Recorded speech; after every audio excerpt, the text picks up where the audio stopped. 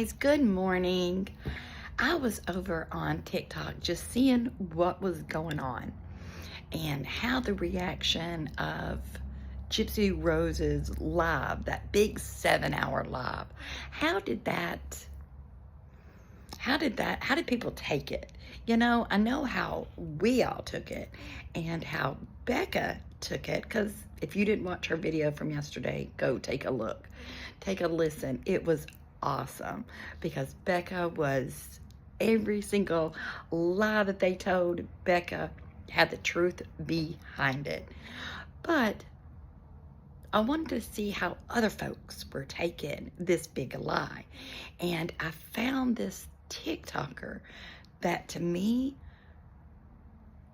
told the story on how so many others are taking Gypsy's lies and also her behaviors over the last 2 years and are processing it.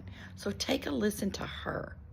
Went on live last night or night before and was talking about how people only critique her because they are jealous of her success and jealous of her in general. Now let me explain why I'm critiquing Gypsy Rose and why I started in the first place.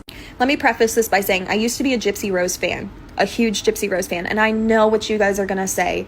How could you support somebody who murdered their mother? How could you do that? How could you think a murderer is an idol? Here's my deal.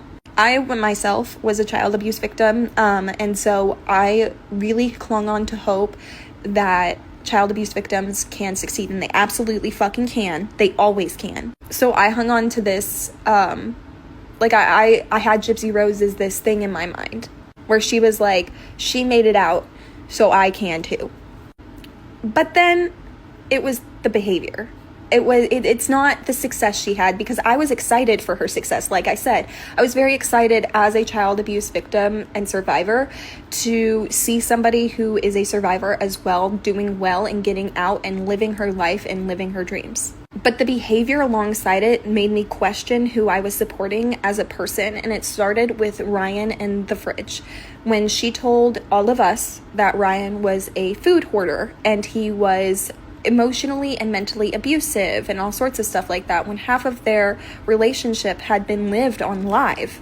And then it was the way that she got with Ken during the whole Ryan thing, and how she tried to make herself look as innocent as possible during that time. It made me feel like she knew what she was doing in a way, and it made me question. So I started to look into some stuff. And I started to really dive deep into everything, and I noticed there were other people who thought like me. There were other people who were questioning her behaviors and were questioning those things.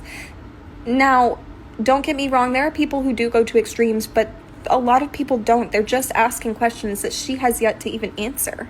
Gypsy Rose's whole story is very complicated. It's complex because on one hand, you don't want to question that somebody was abused as a child, but on the other hand, she was 24 when she committed the murder. 24. She wasn't 19 like how most of the media portrays her. She wasn't 12, she wasn't 15, she wasn't 17, she was 24. She was almost halfway through her 20s when she orchestrated and helped with the murder of her mother.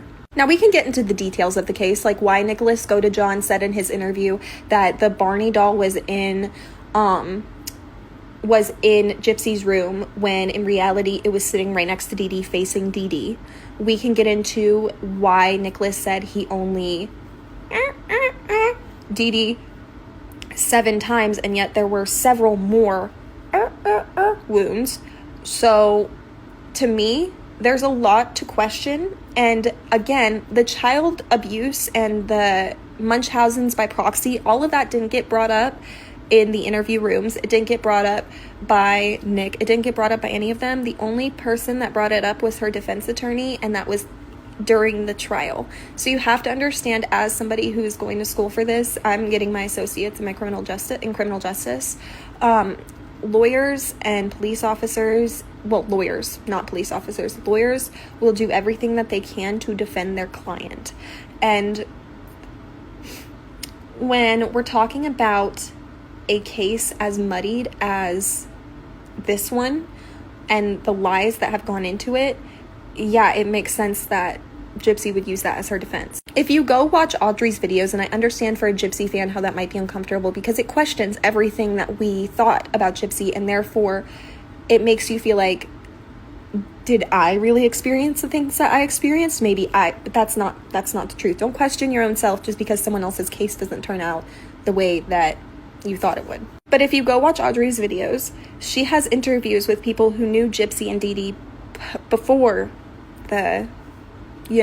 she talks to people and finds receipts that otherwise, like, I wouldn't even be able to find. I'm so thankful for her for opening my eyes. But if you go watch her videos, there are people, childhood friends of Gypsy's, people who knew Gypsy growing up, who regret supporting Gypsy and who called Gypsy a liar.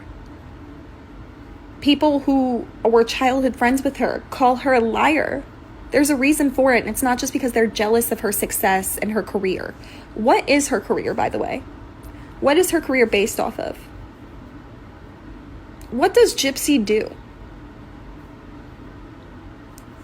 Anyways, that's just my 2 cents for the morning. That's all. I think it's really funny because not only does her lies, every time that she opens her mouth and starts spewing more and more lies, things that never have come out before, she loses more people. So as I was listening to that, I decided to go over on GRB Snark to see what some of those people had to say. And they actually had a picture of how many people, how many subscriptions that Gypsy's TikTok page has lost since her live. Let me show you. So after that live, she lost over 3,000 subscribers on her TikTok account. That is huge. So for her to go on live, spewing all this new lies and coming up with new information to battle the lies that she said before and that's in her book, her herself is making herself lose all of these people. And what is so funny, if you remember when somebody posted about her losing people, what did she say about her subscribers? Oh, they're only pennies. You know, when she said that, that should have been broadcasted everywhere because that's what she thinks of her subscribers. They're just pennies to her. That is income for her. And that's the way she sees everything. She sees everybody, even her friends, as transactions. She don't see them as people. She don't see them as friends because she doesn't have friends. Everything is transactional to her. Think about that. But I think it's funny that even Gypsy is helping to expose herself. Guys, tell me what you think about that. I love each and every one of you.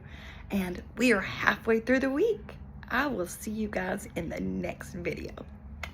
Bye, guys.